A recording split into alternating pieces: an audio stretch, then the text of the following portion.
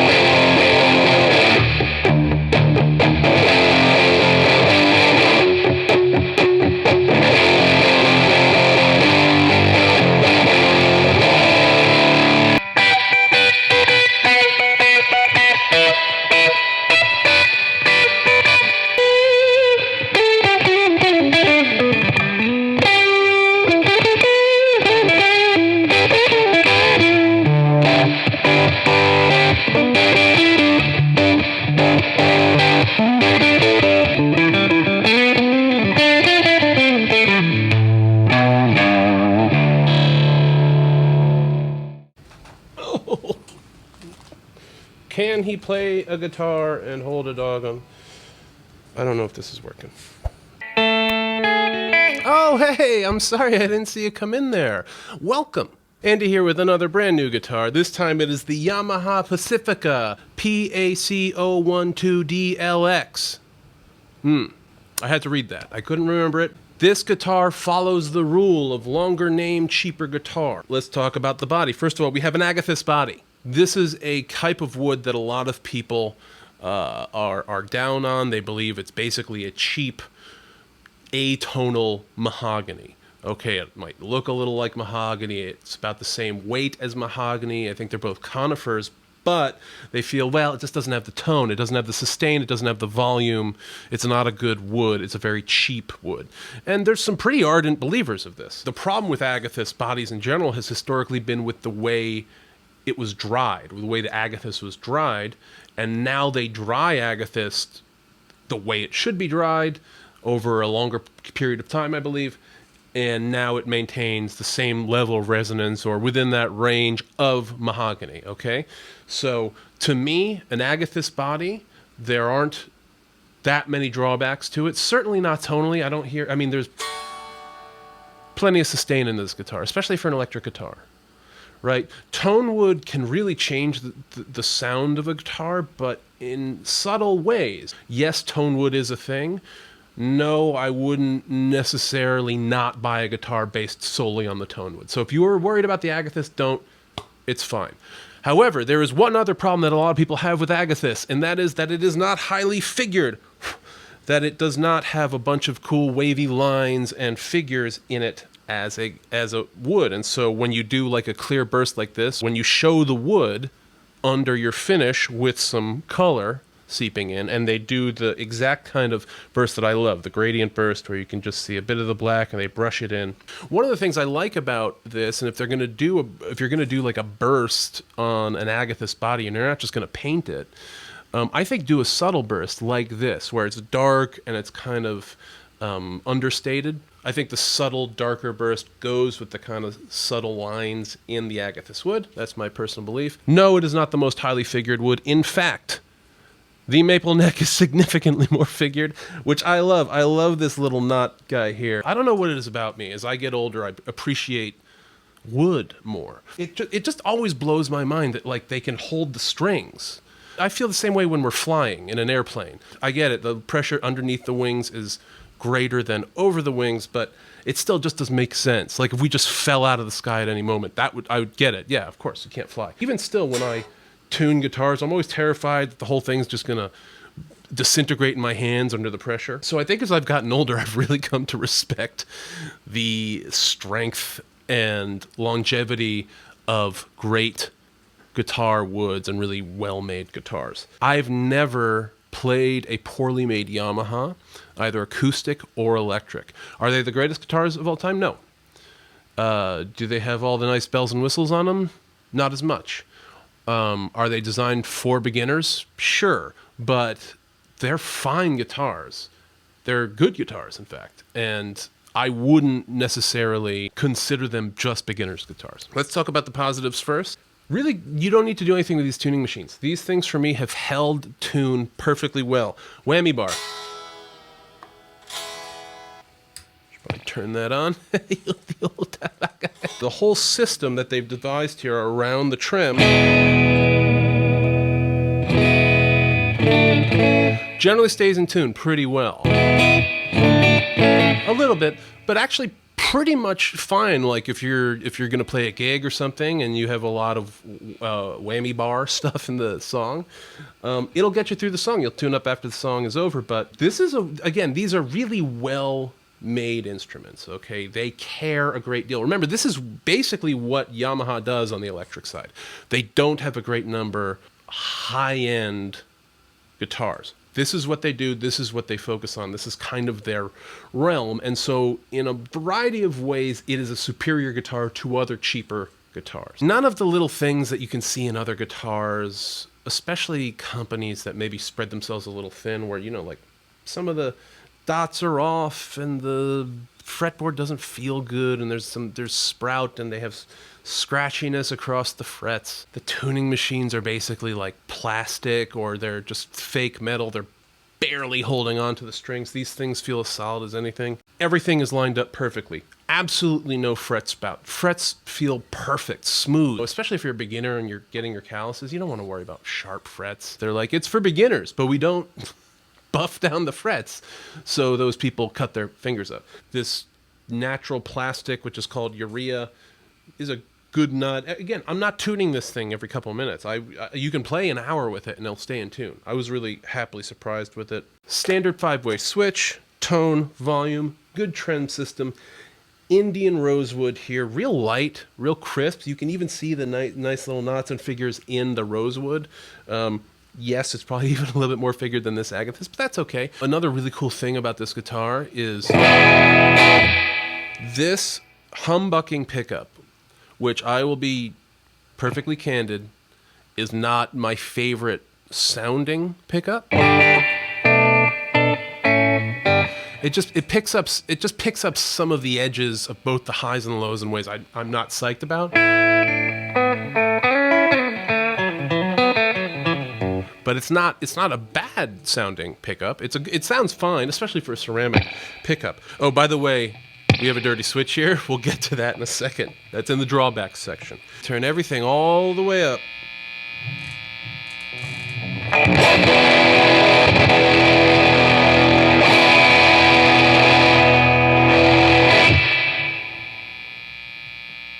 That's about as much distortion as I can put through this mini tube amp.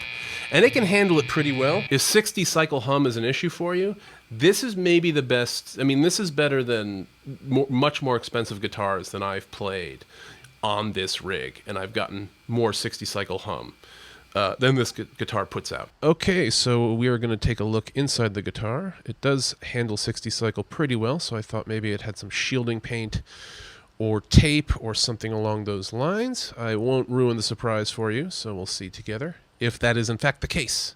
No, just finish and finish schmutz, whatever that's called. Finish dust. Same thing on the other side with the claw. We'll see that in just a sec.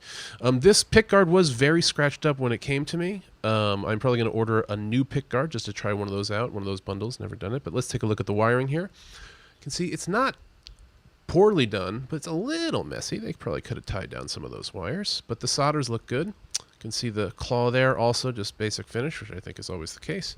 Now, some of the drawbacks about this guitar, and there were a few, and they're things you should probably consider before you purchase this guitar. One, I got this from Sweetwater. This is actually my first guitar I bought from Sweetwater, bought other things from them before. And I know this went through a many different pointed inspection before it got to me. The action was really high, especially for a beginner. Now that might be a Sweetwater thing. That might be just something they do. You can lower the action if you want. We send it to you high. It might have been a change that happened in shipping because there was a fairly significant up bow in the neck. Not a great one, but it did require a truss rod adjustment. The truss rod adjustment's exactly where it should be, up here. No offense to other truss rod placement people. Easily adjusted. A lot of that stuff can happen in shipping. It can happen for a variety of different reasons. The other problem you just heard is it has a dirty switch. That's a problem. It's a big problem, which just means there's maybe some corrosion, maybe this sat in storage, maybe something happened during shipping. I mean, it's just a pain in the butt. Like, and by the way, no, it's not the cord. I've tried the cord with other this good Mogami cord. I've tried the cord with every other. Here, I'll show you. You don't believe me? See?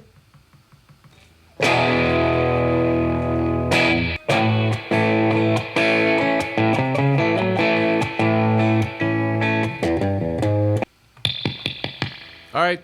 So now do you believe me? Okay, so that's a problem. That is going to require you possibly to take it into a technician. If you know some basic electronics, you can YouTube it. It's actually a pretty simple fix. If you have some basic soldering experience or know somebody who does, you don't need to go and spend $100 to get the whole guitar set up. But that is a significant issue. The only issue I've ever had with this guitar in 27 years of owning this guitar. The only problem that I ever had with this guitar over 27 years was corrosion on the electronics. I move a lot. that's probably why it happened. To have a dirty jack or a dirty switch on a brand new guitar is not unforgivable, but it's not good, especially if you don't know how to fix it. And you just spent $200 on a guitar. It just happened again. You just spent $200 on a guitar, and now you have to play it where you like don't move it because it's going to do that.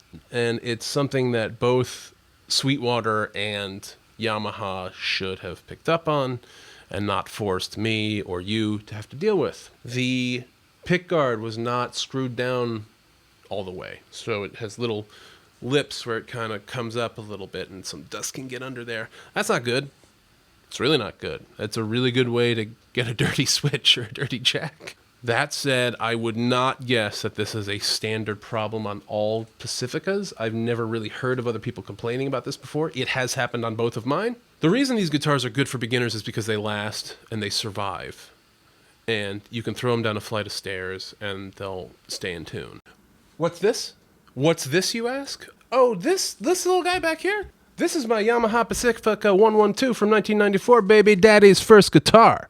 This is the third or fourth year that this guitar was made. I believe they started in 1990. Yamaha making the Pacifica brand. Similar vibes, you know? I feel like it's kind of like a full circle. Well, let's hope not. Two main points of my journey as a guitar player are seen right here. This was made in 1994. It is an alder body rosewood fingerboard maple neck HSS configuration. This is just like a light cherry burst. I know it looks faded. This is how it came. I love this color. I can find almost no other guitars like this. Okay, we can see the difference in the headstocks here. We have the old, I actually like the old headstock better, the design of the logo. You have almost that retro look in the headstock, that retro Fender look. Okay, they are really well-made, cheap guitars, and they are going to stick with you for 27 years if you treat them right. Even if you don't treat them right. I didn't treat this guy right for years. He was sitting in cases. I didn't play him for a long time. I made him watch while I unboxed this guy, too.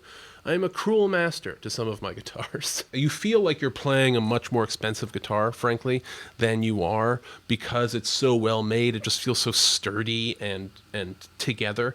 You know, like you realize that the guitars are made from different trees and different forests and different parts of the world, and you need all of these pieces of wood to kind of act like one. That doesn't always happen with guitars, and especially if you're gonna do some of the heavier metal stuff and you really want to feel like you can hit the strings and you can go with the whammy bar and dig down on it and bend the neck if you want to, or whatever it is, however you play.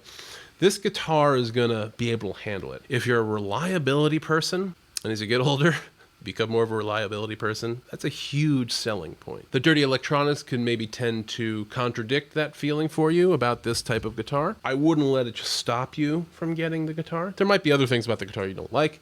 You might not like the ceramic pickups. They might sound a little cloudy and muddy. But when you're learning how to play, you don't need to sound exquisite. You just want to sound like you're playing guitar. Perfectly clear. If it comes to you like me, you will have to lower the action. You may have some issues with that, but I don't think that you'll have any problems with the construction of the guitar. It has a C neck, classic C shape, so it's really good to learn on. It's not too narrow. You don't want to learn on a neck that's really, really thin and really, really small, because that's not all guitars are made like that. And you want to learn on a guitar that has a good solid width of a neck, so you can just get your hands used to reaching around, and so you can get your hands, they're not always going to be like a Music Man or a Schecter, guitars that are really designed for incredibly quick, fast shredding, noodling, very intricate playing. You want to learn where you have some space to really get your fingers in position, get your hand used to how much space it's going to have to take up when it makes its chords. It has enough kind of girth and width that it's going to challenge you, and that's going to be something that you're going to be able to bring with you throughout your life as a guitar player, your ability to play on a variety of different kinds of necks. This is a good guitar. This is definitely a safe guitar to buy, especially if you're getting this as a gift for somebody who's maybe a little bit younger. You can rest assured they aren't going to rip their little fingers open on the frets. and you know, they'll be able to focus on ripping their fingers open on the strings, which is where they should be ripped open. I like this guitar. I am keeping this guitar. I will not be selling this guitar. I may even be upgrading this guitar. We'll see, especially because we have this nice sturdy agathis wood here. Maybe I'll do like a Guthrie Govan thing and stick another humbucker here. Anyway, we'll see what I do, okay? By the way, stay tuned because very shortly you will be seeing the update to my Firefly video and the cool super upgrades I made to that. You know, Seth might love this one. I don't know if that's enough of it. Guys, thank you so much for checking out this video. I really appreciate it. I love seeing everybody in the comments. I've had really good reactions with you guys. I love Guitar Tube. I'm glad to be a small but growing part of it. Please like, please subscribe, please comment. Let me know what you think of your guitar, if you have a Pacifica, or of this guitar, or any guitar, or anything. Let me know in the comments. Until next time, keep playing.